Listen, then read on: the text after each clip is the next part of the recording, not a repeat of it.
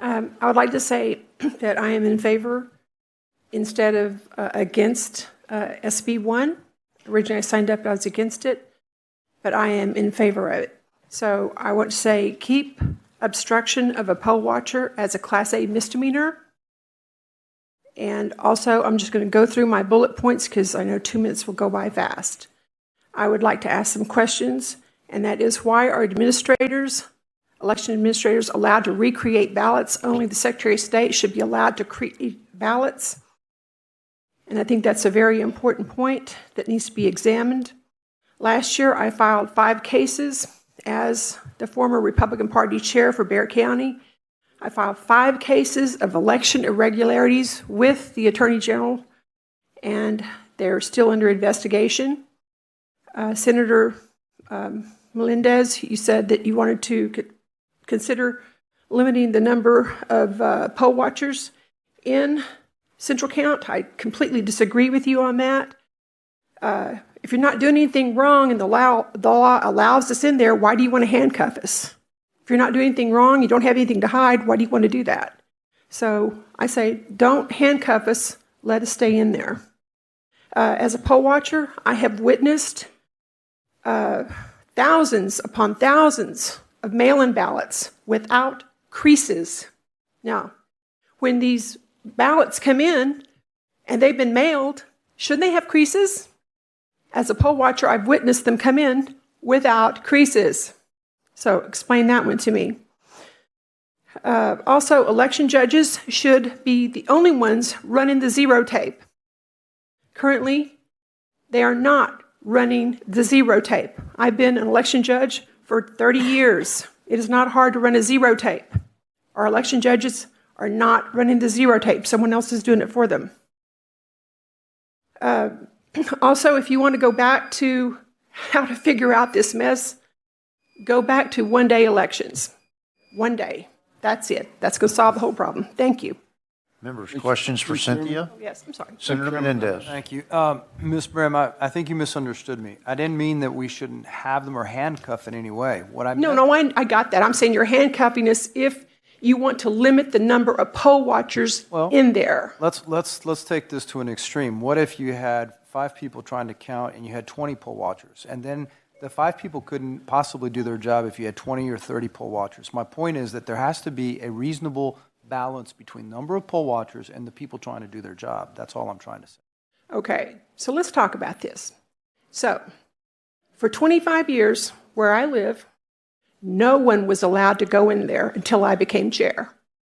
And God used me to break through that wall because we were relegated to go into the media room behind a wall which was 30 feet away, and the law allows us as poll watchers to go into that room.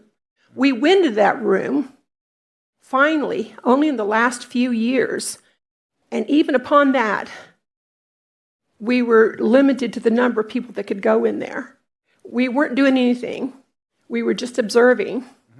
But as chair, we had about maybe 10 or 12 people in there, and the room was about a 30 by 25. There was plenty of room. Everybody, I made them stand back in a corner and just observe. We weren't in anyone's way. And that created a sense of discomfort for the people that were used to having their space. That's all it was. It was a sense of newness and discomfort. That's the problem. It's new.